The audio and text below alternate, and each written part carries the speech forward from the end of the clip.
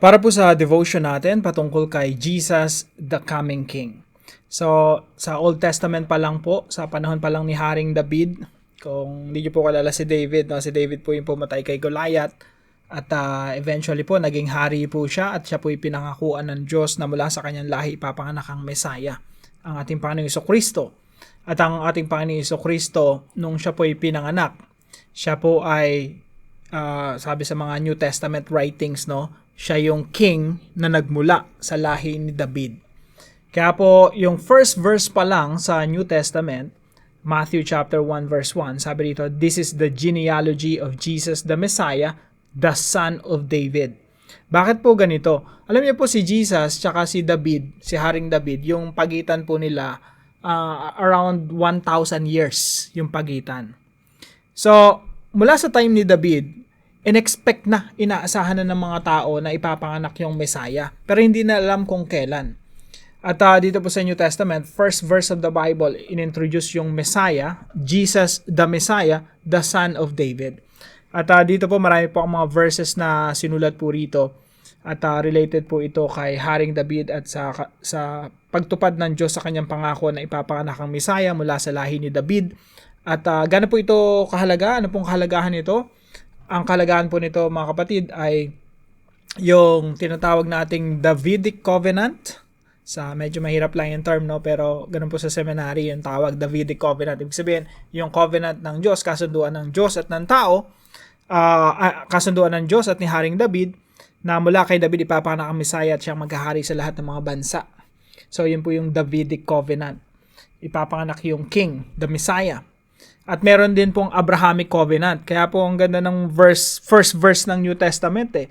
So this is the genealogy of Jesus the Messiah, the son of David, the son of Abraham. Yung Abrahamic Covenant naman po, ito po yung God will bless all the nations through the Messiah. Sabi po kasi ng Diyos kay Abraham, Abraham, mula sa iyong lahi ipapanganak ang Messiah, and through that Messiah all the nations on earth will be blessed.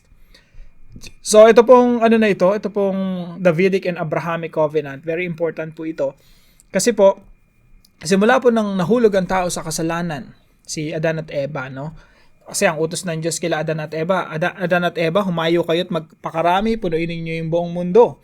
So ano pong gusto ng Diyos from the very beginning? Punuin yung buong mundo ng mga nations, ethnic groups. Ibig sabihin talaga, mula kay Adan at Eva ay ipapanganak yung maraming at iba't ibang mga bansa.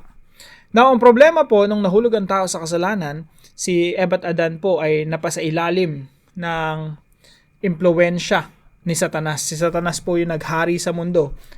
Lahat po ng mga ethnic groups, lahat po ng mga nations na ipinanganak mula kila Eva at Adan, sila po ay nasa ilalim ng sumpa, nasa ilalim ng kapangyarihan ni Satanas. Ulitin ko po, sila'y nasa ilalim ng kapangyarihan ni Satanas, sila'y nasa ilalim ng sumpa, at sila'y sumasamba sa mga Diyos-Diyosan. Kaya pansinin niyo po sa Old Testament, lahat ng mga bansa sumasamba sa mga Diyos-Diyosan, yan po ay impluwensya ni Satanas sa kanila. Now, salamat po sa Diyos kasi hindi po, ang Diyos po natin, hindi tayo give up, hindi tayo pinabayaan sa ilalim ng kapangyarihan ni Satanas. Sa halip yung mga bansa po ay babawiin niya.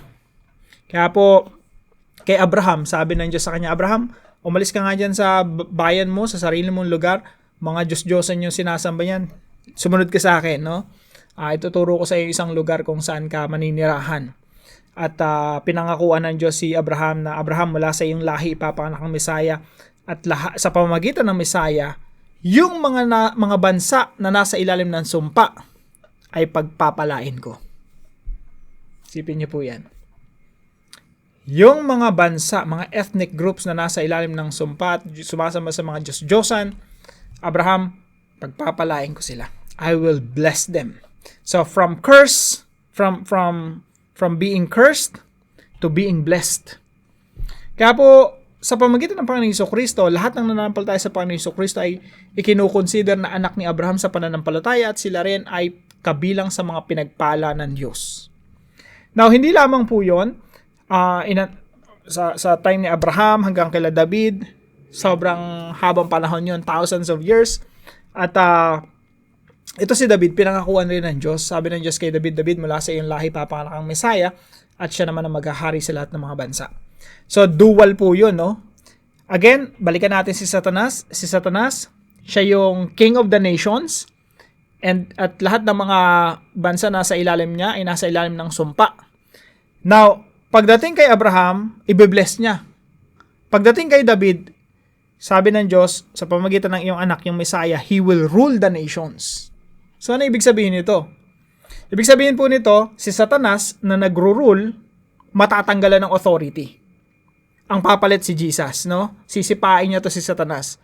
Yung nasa sumpa, nasa ilalim ng sumpa, pagpapalain ngayon ng Diyos sa pamamagitan ni Jesus Christ. Kaya ganun po kahalaga yung unang verse ng New Testament, yung pagka-introduce kay Jesus. This is the genealogy of Jesus the Messiah, the son of David, the son of Abraham.